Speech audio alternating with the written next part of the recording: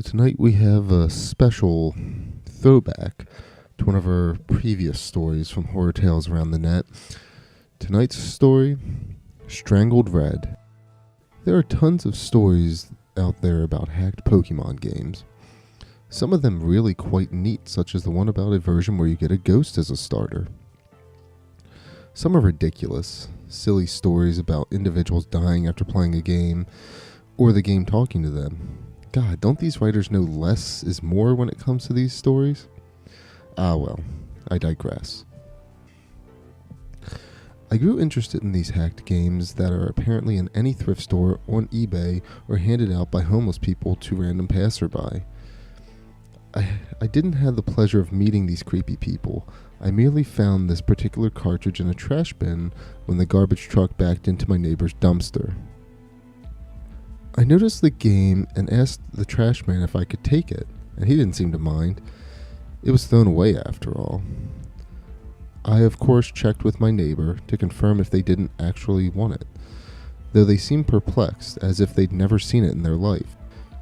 Their son made a grab for it, a little boy who saw the Charizard on the cover crying out, "Pokemon, I want it, Mommy!" But his mother told him no, seeing as I found it. He didn't even have a Game Boy anyway, he just liked Pokemon. Thinking nothing more, I simply went home looking at the cartridge's sticker on the way. Just a plain old red version, the sticker torn slightly across the Charizard's neck, but that was expected with such an old game. I had blue version as a kid, so I was a bit eager to see, albeit minimal, differences red version had. I was rather disappointed by what I saw when the title screen showed up. Pokemon, Strangled Red.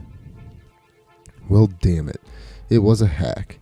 Hacks were neat and all, but they had zero monetary value. The original's quite valuable by now, and I wanted to play Red anyway, not this crap. Oh well, it was free. Might as well try it. The name was odd, however. Strangled Red? That made no sense. Not even in a morbid description of someone being asphyxiated, as people turn blue when choking, not red. Who knows? Maybe there was a pair of these hacks and I just got the red one. The more I thought about this, though, the more interested I became. My initial disappointment turned into curiosity. I wanted to know what the creator had made, and I was going to note everything I saw. The first oddity I noticed was the start screen had a Charizard next to the trainer instead of a Charmander. Also, the Pokemon never cycled through like the original version did. It just stayed Charizard, even after 5 minutes of waiting. Shrugging, I hit start, noticing there was no Charizard cry as I did, like there was supposed to be. I saw there was a continue option, so I figured I'd do what everyone did with used games and see what the previous owner had done. The text appeared. No. I blinked in surprise. No? What do you mean no? The game wouldn't let me no matter what, though on the fourth attempt I heard the Charizard cry. Quiet and barely audible, but there. Shrugging it off, I decided to just hit new game like I would have done after checking the old file anyway. The screen cut to black for a while. No Professor Oak, no starting theme, just nothing at all. Eventually the screen came back, showing a bedroom, 2 beds, 2 TVs, and a computer in the corner. My trainer sprite was the usual one, consistent with the original red version. I was curious as to why it didn't ask my name, though that was answered as I opened the pause menu, noticing my trainer name was Steven. No, this isn't my real name, or some stupid crap like that. This game isn't self-aware or haunted, at least not that I know of. It just had the name chosen already. Curious, I saw he had the starter amount of money, no badges.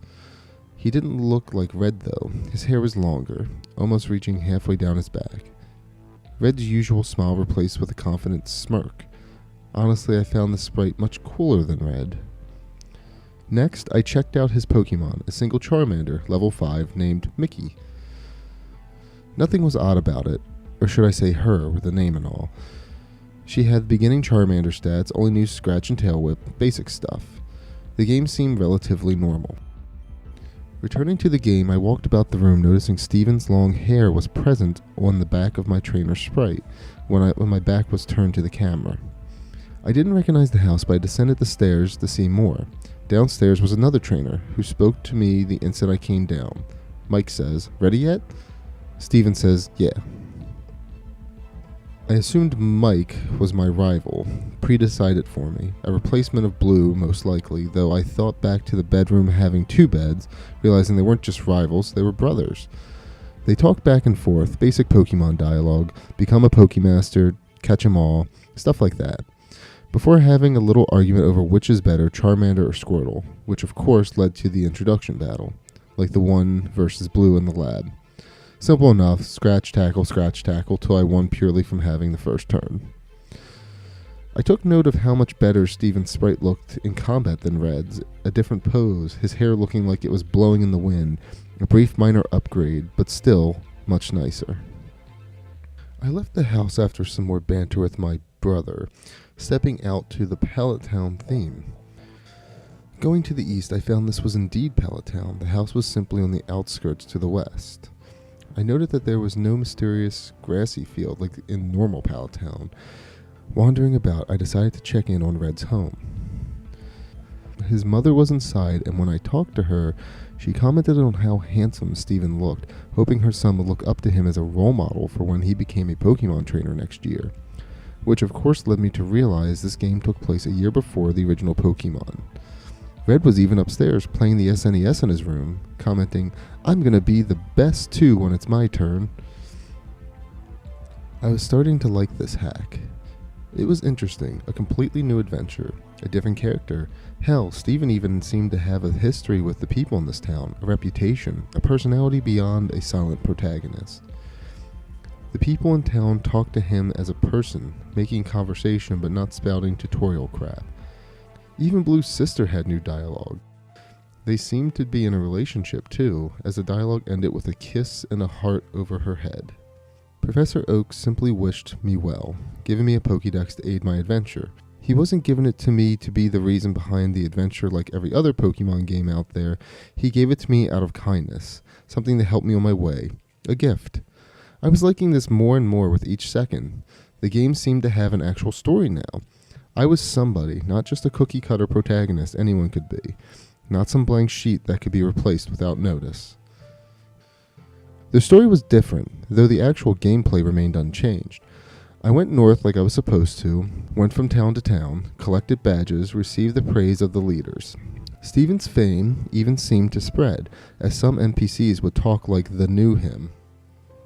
I used Mickey for every battle, and she was growing surprisingly fast. She handled Brock with ease, even pounded Misty with no trouble at all. She wasn't as adversely effective by super effective attacks as others, did more damage than a regular Charmander. She was a veritable powerhouse. She even became a Charizard at the mere level of 25. Not bad at all, I must say. Things started to get weird though as soon as I reached Lavender Town. I know, Lavender Town is the focus behind every creepy story and the like, but it was the only place that was noticeably different. There was no Team Rocket invasion, which I found odd, though I did remember this was a year in the past, so the invasion wouldn't occur until Red's time. I tried to enter the Pokemon Tower, aiming to get a Ghastly, but that's when it go odd. Steven said, "I have no reason to be here." Steven wouldn't go into the Pokemon Tower no matter what I did. This was weird. I mean, hell, there are a million places in Kanto you really have no need to be. Little random houses with nothing but children, NPCs for example. Why was it here that Steven wouldn't enter? With a shrug, I figured I wouldn't need a Ghastly, seeing as Mickey could handle anything. So I simply went on my way. Lavender Town serving no purpose other than a passageway with a Poke Center. The game progressed normally from there. The remaining gyms fell, and I eventually made my way to the Elite Four and defeated them. As with Blue, my brother Mike was there before me, initiating the championship battle, which Mickey swept with ease. The aftermath of the battle was quite pleasant, none of the tension that was present between Red and Blue at the end of their match. The brothers congratulated each other on their progress and shook hands before the screen went white. No Hall of Fame, nor credits. When the screen came back, it was at the house again, the two brothers sitting at the computer, conversing with each other. "Steven, I don't want to." Mike, Come on, I gotta borrow her for a second to finish the Pokédex. My entry won't register unless she recognizes me as a master for just a second. Steven, but she's my Mickey.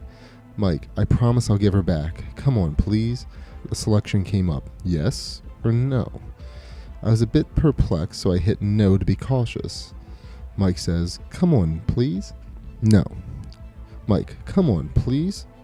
I realized this would simply continue to loop until I hit yes, so I did, just to see what would happen. Mike said, alright, this will just take a sec. Then we'll both be Pokemasters. Steven didn't say anything. The screen changed to the animation shown when two people trade Pokemon, which I found a bit weird seeing as I was solo. But whatever, this was what was apparently supposed to happen. Mickey went first. I watched lazily as she began to travel down the trading tube. Snap!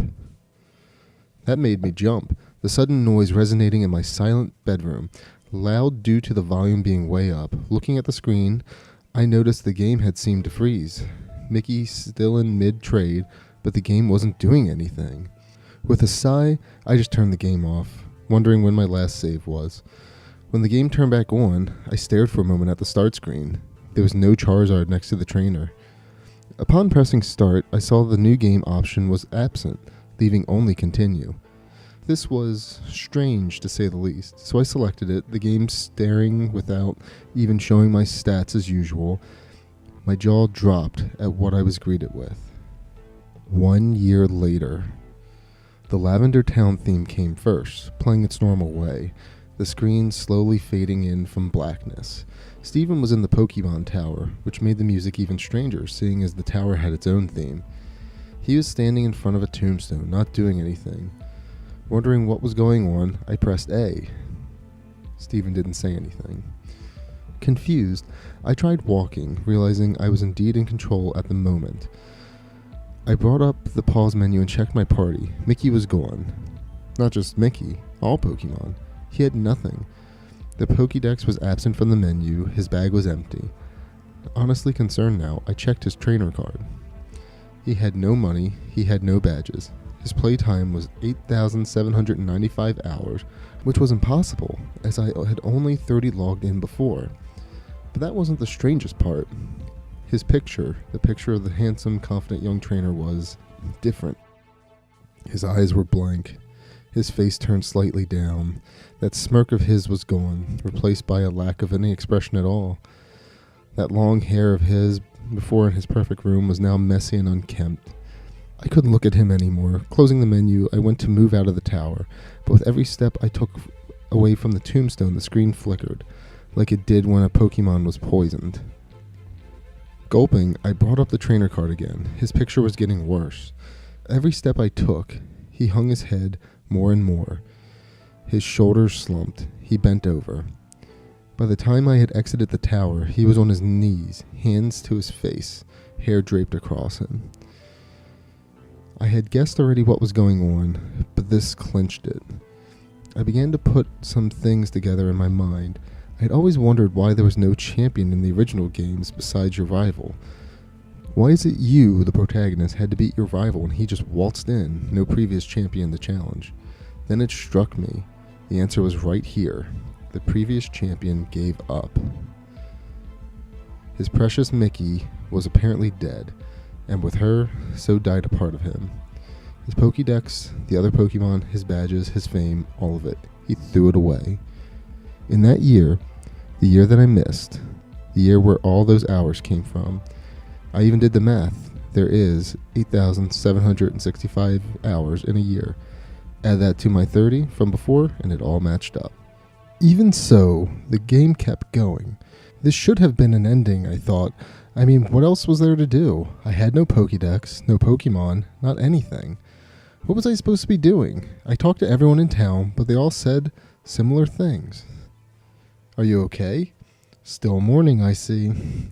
Everything will be all right. Please, is there anything we can do? Steven never replied to them, and they all simply said the same things over and over. I couldn't put the game down now. This was all so strange. Curious, I headed off into the tall grass, and eventually got into a battle with a Rattata. No Pokemon was sent out, just Steven's sprite. I was wondering how I'd battle. Wild Rattata left you be. The battle ended without anything happening. This was certainly interesting, and it happened with every Pokemon I encountered. Wild Pidgey ignored you, and Wild Ponyta wandered off. The music never changed either. No matter where I went, Lavender Town came from the speakers, following me, sometimes slowed down slightly, sometimes not. I searched everywhere, every town, talked to everybody, wondering just what the hell I needed to do. My frustration was mixing with the depressing atmosphere of all this, making the experience altogether unnerving and uncomfortable, but I couldn't tear myself away. I was starting to get a bit angry though, nobody telling me anything besides giving me their condolences, and trying to give me items like lemonade or coffee, each met with, no. I slapped myself for idiocy, suddenly realizing how the likely answer was right in front of me. Pallet Town, of course! When I went there though, which took a long time, having to walk, no Pokemon to fly with, no bicycle to ride, and Steven only seemed to move half the regular movement speed, it wasn't much different. I first tried talking to Professor Oak. These things happen. You were just unlucky. Next I tried Blue's sister. Please, don't leave home again. Red's mom wouldn't even talk to me at all. With nowhere else in mind to go, I walked to the west, finding the house from the beginning, which I had never entered since leaving Pallet Town. Inside was Mike, but talking to him was just as useless. Mike said, "I'm so sorry." I pondered for a moment if this really was the ending. Steven doomed to do nothing but roam Kanto in misery, haunted by the memories, forced to listen to everyone's concerns about him. As a last-ditch effort to do anything, I went to the bedroom and walked over to the bed. Steven said, "I'm going to sleep." The screen faded to black for a moment, but then slowly faded back in, the world having a black tint to it. The Mike's sprite laying in the other bed. I assumed this meant it was night. Steven said, "I'm going to do it." Do what? Again, I had no idea. Tried inspecting everything in the room, nothing happened. As soon as I left the house, another dialogue. Steven said, "It can bring her back. It can do anything." What the hell was it? Something that could do anything? I couldn't for the life of me figure it out. Wandering about, I tried to leave Pallet Town the usual way. Steven said, "Not that way." He wouldn't go any further. I tried the homes. Steven said, "Screw them." I quirked my eyebrow at that, forgetting for a moment that this was not a real Pokemon game. The vulgarity just took me off guard. I continued to look around, but there was nowhere I could go until I accidentally stepped on the ocean. And Steven walked right in, only the upper half of his sprite visible, like the swimmers you encounter in the Cerulean Gym. I didn't know he could swim. Steven said, "The missing one." Missing one? I paused for a moment. No. He couldn't possibly mean that I hadn't tried the missing no trick on this hack yet, but it just fit too well. That had to be what he meant. I surfed all the way to Cinnabar. I began to feel something was off, more so than this already was. Silence. The Lavender Town theme had stopped. There was no noise at all, nor was there any Pokemon. I just kept going. Finding Cinnabar and surfing up and down the east coast, lo and behold, Wild Missing No appeared. Steven said, "Mine." And Missing No was caught. What the hell? Steven didn't do anything. He just commanded that atrocity of broken data to join him. No, become his possession, and it did. I was getting more and more disturbed by this all. Checking the start menu, I saw Missing No was not in my party, but instead an item, making things even stranger. I checked the trainer card as well. Steven has his back to me, his long hair draped behind him, his hands in his pockets, nothing else. Remembering what he said at the start of this night, I realized what I had to do. I surfed to land and made my way northeast to, where else, Lavender Town. Along the way, I noticed all the trainers, oddly still out at this hour, wouldn't even look at Steven. All of them turning when he passed, even those that were normally static. I tried talking to one of the officers in the guardhouse type buildings. Just go. They all said the same thing, though one sent chills down my spine. Sometimes, dead is best. My hands were sweating by this point. Stephen was about to try the impossible, something some would see as a crime against nature, which many of these people shared that opinion. I steeled myself. It's just a game, and I'm going to complete it. It took an eternity to reach Pokemon Tower, but I got there eventually. Taking a deep breath and heading toward the tombstone, I remembered which one. The image of Stephen standing before it was burned into my mind after all. First I tried inspecting it. Stephen said, "Mickey." Nothing happened. With a gulp, I opened the menu and selected Missing No from the bag. Oak said, "Stephen, don't use it!" I was reminded of when Professor Oak would magically tell you that you couldn't use a key item somewhere, like when using the bicycle in the building, though the message this time was different, even worse. Stephen responded to it. Stephen said, "In a world that cheated me, why should I play fair?" And then a message popped up. Stephen used it. Silence. And then eventually a message appeared. Stephen obtained $M $! What in God's name did I just obtain? I couldn't tell you because the game took away my control. Without my input, Stephen began to leave the tower on his own, walking single step by single step. The Lavender Town theme started again as he left the tower and began his excruciatingly slow journey against my will. Every time he crossed one of the borders where the music would change, it got progressively slower, more and more disturbing. By the time he reached Cerulean City, it was a demonic rumbling. I just stared, watching him, trying to guess where he was going, but it was getting more and more obvious. He was heading to Pallet Town. The music had all but stopped when he got there. Playing single note by single note, he went exactly where I had guessed, right to his own house, inside and up the stairs. At this point there was no music. Stephen moved step by step, stopping at his brother's bed, turning to face him. At first, though the game froze. He didn't do anything, simply stood there, and I couldn't move him. I did, however, find out I could open the pause menu. I was terrified to look, but I couldn't stop myself. I selected his trainer card. There was a low growl noise, like a distorted Pokemon cry.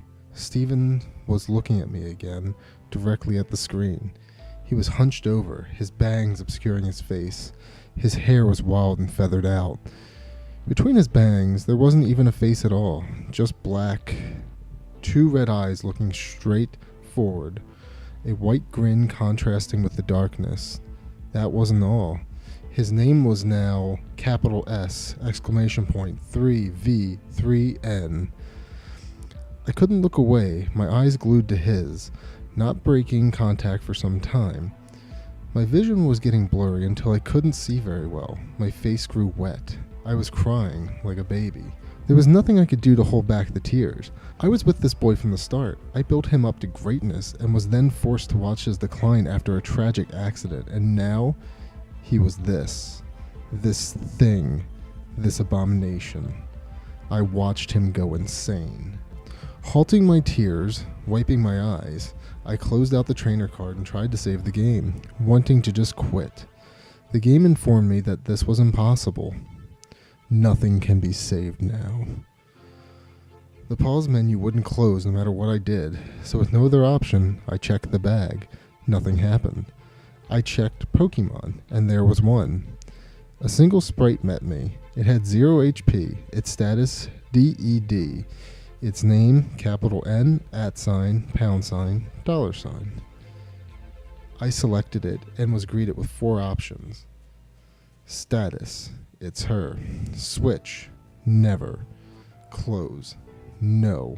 Strangle. My fingers shaking, I selected Strangle, and the menu closed, showing Stephen in the room again. Stephen said, "Goodbye," and then a loud snap was heard. The game shut itself off. I was more dumbfounded than frightened. In a bit of shock, I turned it back on, the title screen showing the manic Stephen and a horribly glitched Charizard. I pressed start, then continue. All I saw was a zoomed out view of Pallet Town, showing Stephen's home to the west, tall grass surrounding it, those immovable stones blocking it from the rest of the town. The image was completely static. No music, no movement, before fading to white, going back to the title screen. It was as it had been when I first popped it in, a trainer and a Charizard. I attempted to hit continue, and the response was no. The end. This has been another horror tale from around the net. Join us again next time for another horrifying tale.